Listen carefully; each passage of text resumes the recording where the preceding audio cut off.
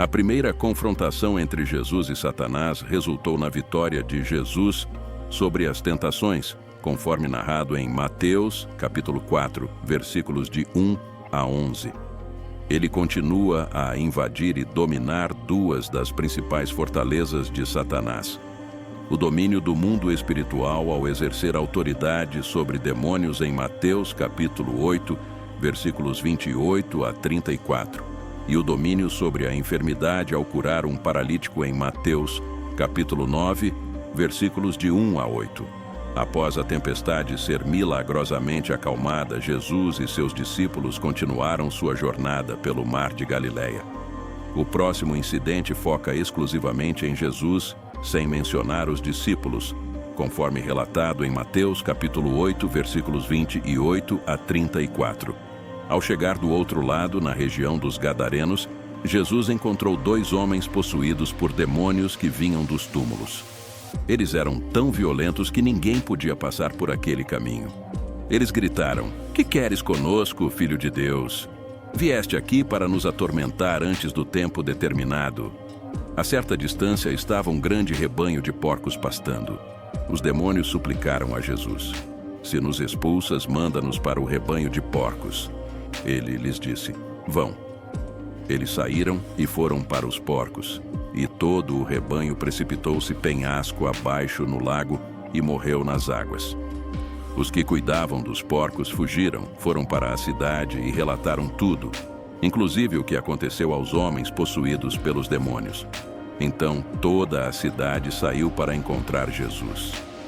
E quando o viram, suplicaram que ele saísse da região deles. Mateus direciona ainda mais nossa atenção para Jesus ao responder à pergunta exasperada: "Quem é este homem?" O grupo chega à outra margem, na região dos Gadarenos.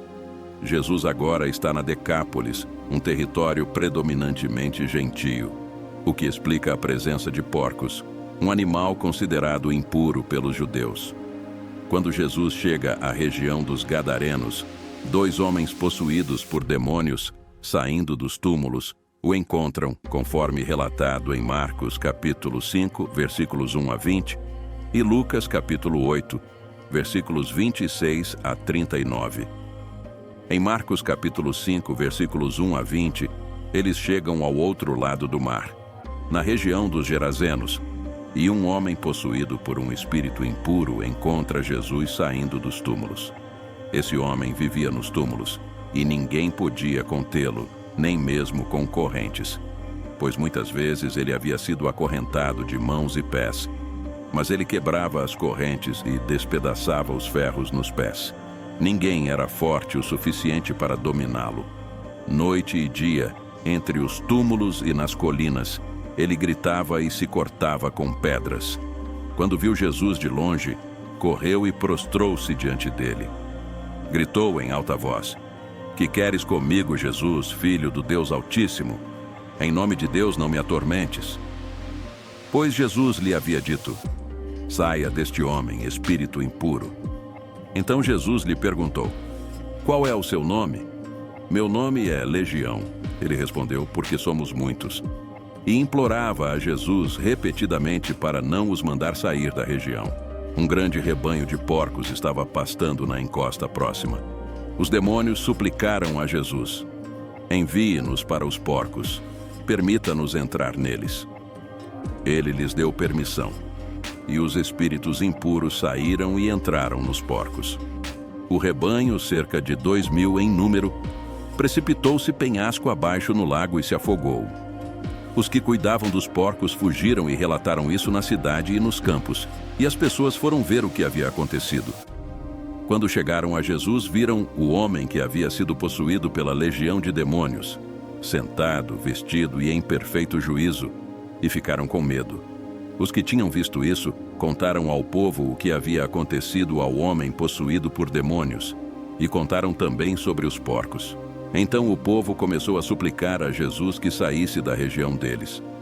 Quando Jesus estava entrando no barco, o homem que havia sido possuído pelos demônios implorou para ir com ele. Jesus não permitiu, mas disse: "Vá para casa, para a sua própria gente, e conte-lhes quanto o Senhor fez por você, e como teve misericórdia de você." Então o homem foi e começou a contar na Decápolis quanto Jesus havia feito por ele. E todos ficaram admirados. Grandes multidões da Galiléia, da Decápolis, de Jerusalém, da Judéia e da região além do Jordão seguiram Jesus. A situação era perigosa porque os dois homens eram tão violentos que ninguém podia passar por aquele caminho. Eles eram conhecidos e temidos pelo público em geral. Os demônios, como Satanás, rapidamente reconheceram o status de Jesus como Filho de Deus, conforme narrado em Mateus capítulo 4, versículos 3 a 6. Este é um título que os discípulos eventualmente usarão quando desenvolverem uma melhor compreensão de sua singularidade como aquele a quem o Pai revelou ser seu Filho amado, conforme Mateus capítulo 16, versículo 16. Mateus capítulo 14, versículo 33, Mateus capítulo 3, versículo 17 e Mateus capítulo 17, versículo 5. Mas vindo dos demônios, o uso do título anuncia seu reconhecimento de que outro bastião de Satanás, o mundo espiritual, está sendo invadido e dominado. Os demônios contrastam com os discípulos no versículo 27, pois sabem quem Jesus é. No entanto, apesar desse entendimento, eles continuam demônios. Conhecer Jesus, mas odiá-lo, é demoníaco. A pergunta que os demônios fazem a Jesus pode ser tanto dura quanto gentil, dependendo do contexto. Em Marcos capítulo 1, versículo 24, é apresentada de forma odiosa e temerosa. O título Filho de Deus provavelmente deve ser entendido em seu sentido mais rico. Os demônios reconhecem Jesus não apenas em termos de seu poder, mas também de sua pessoa. Ele era o Messias, o Filho de Deus. A segunda pergunta indica que as hostes demoníacas serão torturadas e rejeitadas eternamente, conforme Judas 6. Ao fazer a pergunta, eles reconhecem que Jesus é aquele que realizará esse dever judicial no tempo determinado, confirmando assim o pleno significado de Filho de Deus. O fato de que Jesus está limitando sua atividade antes do tempo determinado indica que a expulsão de demônios por Jesus era um sinal de que o reino estava se aproximando. Esses demônios parecem estar bem cientes de um tempo predeterminado para o julgamento das tropas de Satanás. "Que queres conosco, Filho de Deus?" eles gritam. "Vieste aqui para nos atormentar antes do tempo?" Isso prenuncia a chegada do reino, assim como a invasão e conquista dos bastiões de Satanás. Apesar de o tempo do julgamento final aguardar o retorno de Jesus em glória, conforme Mateus capítulo 4, versículo 17 e Mateus capítulo 12, versículos 28 a 34, os demônios suplicam a Jesus para aceitar sua proposta, o que ele faz. Após receber permissão de Jesus, os demônios deixam os homens e entram no rebanho de porcos. Quando os demônios entraram no rebanho, os porcos enlouqueceram e se precipitaram penhasco abaixo no mar da Galiléia. Ironicamente, a tentativa dos demônios de evitar a punição eterna levou à destruição de seus anfitriões terrestres. Jesus não tinha motivo para não aceitar a proposta deles, pois servia aos seus propósitos. Primeiro, resultou na libertação dos homens dos demônios.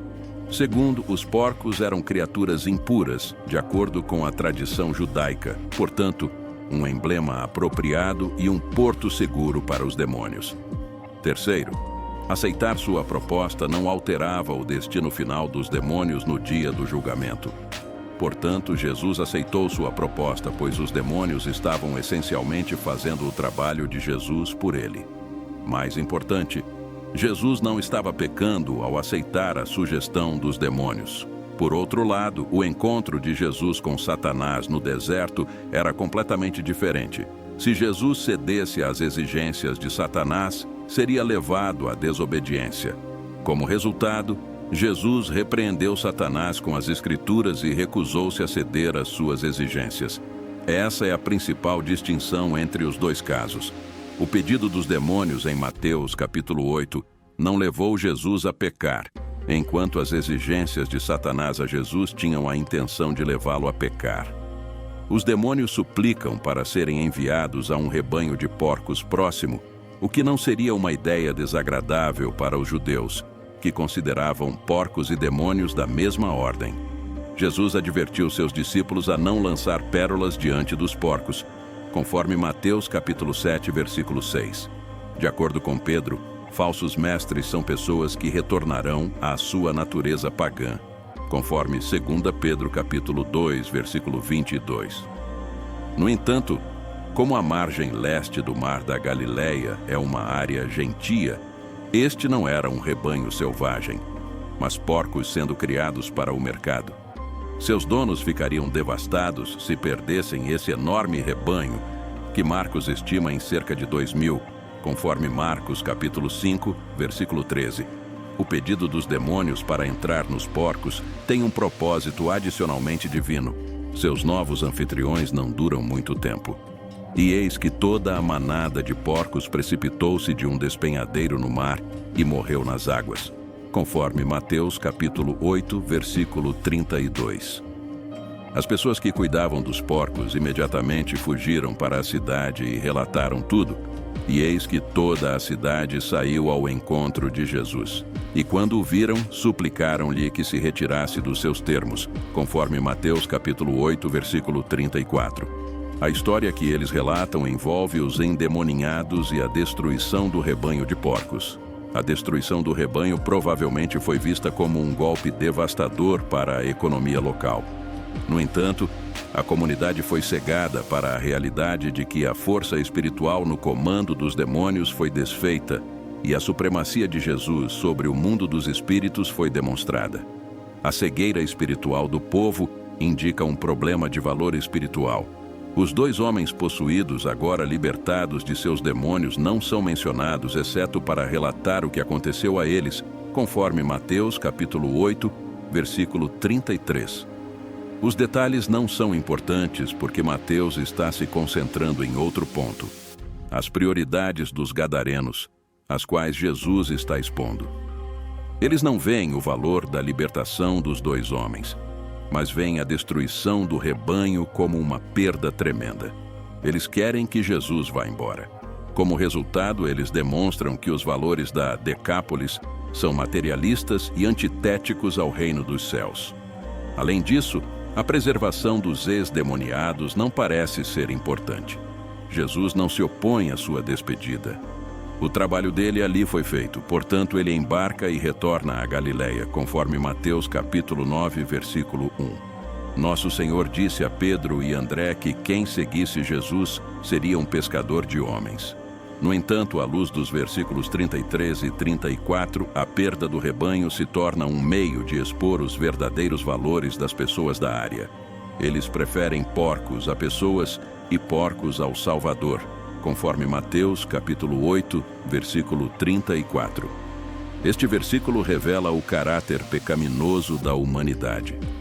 Jesus acabou de expulsar demônios de 2 homens e enviou os espíritos malignos para um rebanho de porcos, que correu em direção a um penhasco e caiu no mar, onde se afogou. Quando os pastores contaram o que aconteceu aos habitantes da cidade próxima, toda a comunidade ficou furiosa com o Salvador. Qual era o problema principal deles? Era a potencial queda econômica e perda de negócios. Eles estavam mais preocupados com o bem-estar econômico do que com a saúde espiritual. Quando viram Jesus se aproximando da cidade, pediram-lhe que saísse. Infelizmente, somos culpados do mesmo erro. Nos acostumamos a viver com o pecado e não queremos pensar em Deus removendo-o, especialmente se isso significar perder prazeres ou rendas percebidas. Mas manter o pecado é uma das coisas mais tóxicas que podemos fazer. O final dessa história é significativo em sua totalidade. Mostra mais uma vez que o ministério de Jesus não se limita aos judeus, mas prefigura a missão aos gentios. Também mostra que a oposição a Jesus não é exclusivamente judaica. Nesse sentido, confirma que os oponentes em Mateus não são escolhidos com base na raça, mas de acordo com sua resposta a Jesus. Refletir sobre nossa propensão ao pecado e resistência a permitir que Deus o remova. especialmente se isso implicar a perda de prazeres ou rendas, está profundamente enraizado nas Escrituras. A Bíblia frequentemente aborda o conflito entre desejos terrenos e obediência a Deus. Em Mateus capítulo 6, versículos 19 a 24, Jesus fala sobre a impossibilidade de servir a dois senhores, enfatizando que não podemos servir a Deus e às riquezas. Este ensinamento destaca a ideia de que a lealdade ao pecado e a busca pelo ganho material podem nos afastar de Deus. A história dos Gadarenos, onde os habitantes preferem sua economia baseada em porcos a Jesus, ilustra um padrão recorrente nas Escrituras, onde as pessoas frequentemente escolhem interesses mundanos sobre o que é espiritualmente correto. Em Romanos capítulo 12, versículos 1 e 2, Paulo exorta os cristãos a não se conformarem com o padrão deste mundo, mas a serem transformados pela renovação da mente, para que possam discernir a vontade de Deus. Isso sugere que a resistência ao pecado e a transformação espiritual são fundamentais para a fé. O ministério de Jesus se estendendo aos gentios é um tema central no Novo Testamento. Efésios capítulo 2, versículos 11 a 18, discute como Cristo removeu a barreira entre judeus e gentios, criando em si mesmo um novo povo. Esta inclusão dos gentios na promessa de salvação reflete a universalidade do amor e da misericórdia de Deus. Reforça a ideia de que a oposição a Jesus e sua mensagem não é baseada em etnia ou origem cultural, mas na disposição do coração de responder a ele. A narrativa em Mateus também destaca que a oposição a Jesus transcende barreiras raciais e culturais. Nos Atos dos Apóstolos, vemos que o Evangelho se estende além das fronteiras judaicas, alcançando várias culturas e povos. Em Atos capítulo 10, por exemplo, Pedro tem uma visão que o leva a entender que o Evangelho é para todos, não apenas para os judeus. Isso demonstra que a mensagem de Jesus é inclusiva, chamando todas as pessoas, independentemente de sua origem, a se arrepender e se voltar para Deus. Portanto, o episódio dos Gadarenos e as lições subsequentes destacam um princípio fundamental do cristianismo. A salvação e a verdade de Deus estão abertas a todos, e o verdadeiro obstáculo é a relutância humana em abandonar o pecado e seguir a Cristo. Esta verdade desafia os seguidores de Cristo a examinar suas próprias vidas, prioridades e lealdades, alinhando-as com os ensinamentos e o exemplo de Jesus. Em conclusão, nossa pergunta do dia é: quando você sentiu pela primeira vez a presença de Deus? Comente abaixo e inscreva-se no canal. Sinta-se à vontade para assistir a outros vídeos no canal. Que Deus te abençoe.